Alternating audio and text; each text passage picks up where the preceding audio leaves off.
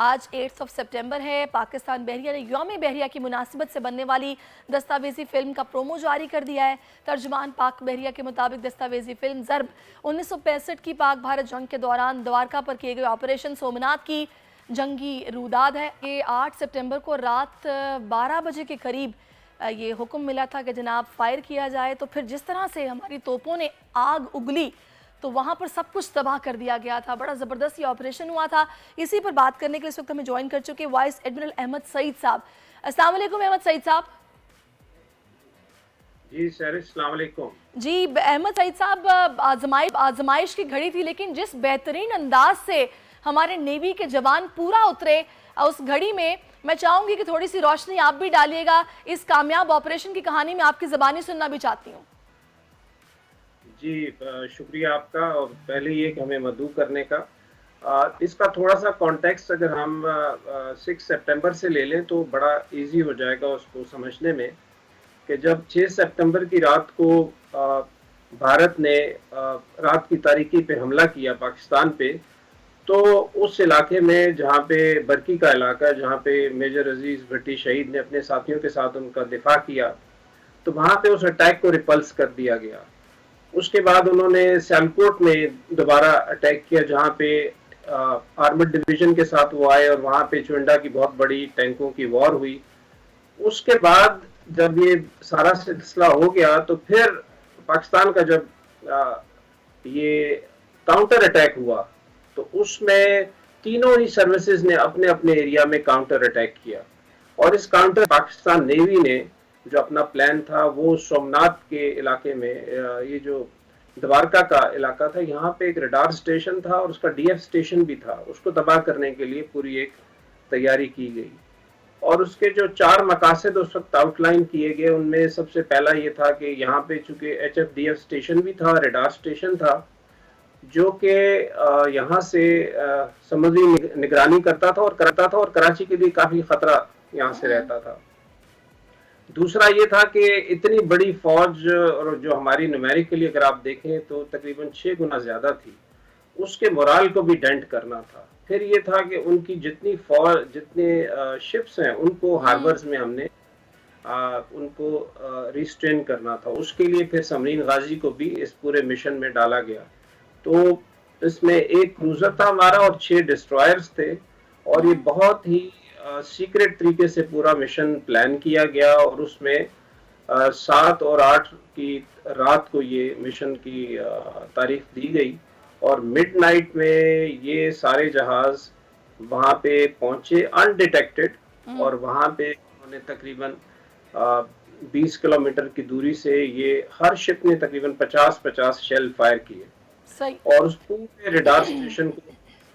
اچھا، اس میں میں چاہوں گی تھوڑا سا ذرا مجھے بتائے گا احمد سعید صاحب کہ دشمن کو بالکل بھی یہ اندازہ نہیں تھا کہ ہم لوگ کتنے تیار ہیں، جیسا کہ آپ نے بتایا کہ ان کی تعداد کئی زیادہ تھی، اور ان لوگوں نے اچانک یہ حملہ کیا تھا، رات کی تاریکی میں کیا تھا، اور یہ جو آپریشن ہوا یہ اس کا بھی حکم تقریباً رات میں 12:26 پر ملا تھا، اور صورتحال یہ تھی کہ بھارت کو اپنے جو ویپنز تھے یا پھر اپنے طیارے کو بھی چھپانے کے لیے جگہ چاہیے تھی، کہ وہ کافی دور ان کو چھپانا پڑا، وکرانت جو ان کا تھا۔ مجھے یہ بتائے گا کہ اب ہم لوگ کتنے ایڈوانس ہو چکے ہیں وقت کے ساتھ ساتھ، جیسا کہ ماڈرن ایرا میں اب آ چکے ہیں، تو کتنا آپ نے تیار اب دیکھا ہے اپنی نیوی کو؟ جی اس کے میں اس کہ 2-4 چیزیں اگر میں آپ سے شیئر کرنا چاہوں تو اس میں ایک تو یہ ہے کہ ہماری سپیریئر اسٹریٹجی تھی، ہمارے ٹیکٹکس تھے، ہمارے عوام کا بہت بڑا ایک ساتھ تھا ہمارے ساتھ، بالکل، اور میں یہ کہوں گا کہ پوری قوم نے مل کے یہ چیز 65 اور لڑی، تو اللہ کی ظاہر رحمت اور عطاعت بھی ہمارے ساتھ، تائید بھی رہی اس میں، تو یہ ایک بہت بڑا مشن چلا تھا۔ اس کے بعد سے ماڈرنائزیشن کی جیسے آپ نے بات کی، تو اس کے بعد سے نیوی کے اندر بھی بہت زیادہ ماڈرنائزیشن ہوئی ہے، سبمرینز نئی آ گئی ہیں ہمارے پاس، کچھ چائنا سے بھی ہم لے رہے ہیں، اسی طرح ایئر کرافٹس میں بھی ہمارے پاس P3Cs ہیں، اور ہمارے پاس چیزیں آئی ہیں، شپس ہمارے پاس بہت زیادہ ماڈرنائز ہو گئے ہیں ابھی۔ تو ماشاءاللہ جو ہمارا مینڈیٹ ہے کہ ہم نے سمندری حدود کی حفاظت کرنی ہے اور ہماری جو ترسیل ہے سی کے ذریعے جو ہماری تجارت ہے جو کہ 90% ہے اس کو ہم نے سیفٹی دینی ہے. تو اس میں ماشاءاللہ ہماری جو سمندری فوج ہے وہ پوری طرح اکوپڈ ہے ماشاءاللہ. اچھا، اور دوسرا میں یہ بھی دیکھ رہی ہوں کہ احمد سعید صاحب ہماری جو نیوی ہے وہ ماشاءاللہ ایک مسیحا کا کردار ادا کر رہی ہے کہ وہ کام جو کہ ان کے نہیں بھی ہیں وہ بھی سر انجام دیے جا رہے ہیں، خاص طور پر جو منشیات کی اسمگلنگ ہے اس کو لے کر، اس کی روک تھام کے لیے یا پھر پکڑنے کے لیے جو آپریشن ہوتے ہیں، اقدامات ہوتے ہیں، وہ قابل ستائش ہیں. جی ہاں، نیوی تو پہلے اس کے کردار کو اس طرح سمجھنا بڑا ضروری ہے کہ چاہے حالت جنگ ہو یا چاہے حالت امن ہو، اس کا جو کردار ہے سمندر پہ وہ یکسانیت کے ساتھ جاری رہتا ہے. اور اس میں یہ جو سی پہ ہمارے مسائل ہیں جن میں کہ اسمگلنگ ہے، جس میں ہیومن اسمگلنگ ہے، ٹریفکنگ ہے، یہ تمام چیزیں ہمیں اپنے علاقے میں نہیں ہونے دینی. اور یہ ہمارا یونائٹڈ نیشن جو لا آف دا سی ہے اس کے تحت بھی ہماری یہ رسپانسبلٹی بنتی ہے کہ ہم نے اپنے ایریا کو سیف رکھنا ہے. تو یہ کردار ہمارا اسی طرح چلتا رہتا ہے. اس کے علاوہ بھی آپ دیکھیں تو جو ہماری آفات آئی ہیں اس کے اندر بھی اگر طوفان کا سلسلہ ہوتا ہے، فلڈز ہوتے ہیں، تو پاکستان نیوی جو ہے ماشاءاللہ اپنے وسائل سے بڑھ کے قوم کے ساتھ کھڑی ہوتی ہے. صحیح. اچھا، میں چاہوں گی کہ اس خاص دن کے موقع پر آپ کوئی خاص پیغام جو کہ پاکستانی عوام تک پہنچانا چاہتے ہیں تو میرا خیال ہے اس سے بہتر موقع کوئی اور ہو نہیں سکتا. جی ساری، سب سے زیادہ میرے خیال میں اس وقت میں یہ میسج دوں گا کہ جس طریقے سے جو اسپرٹ ہماری عوام اور فوج کی 65 وار میں تھی اس کی بڑی ضرورت ہے.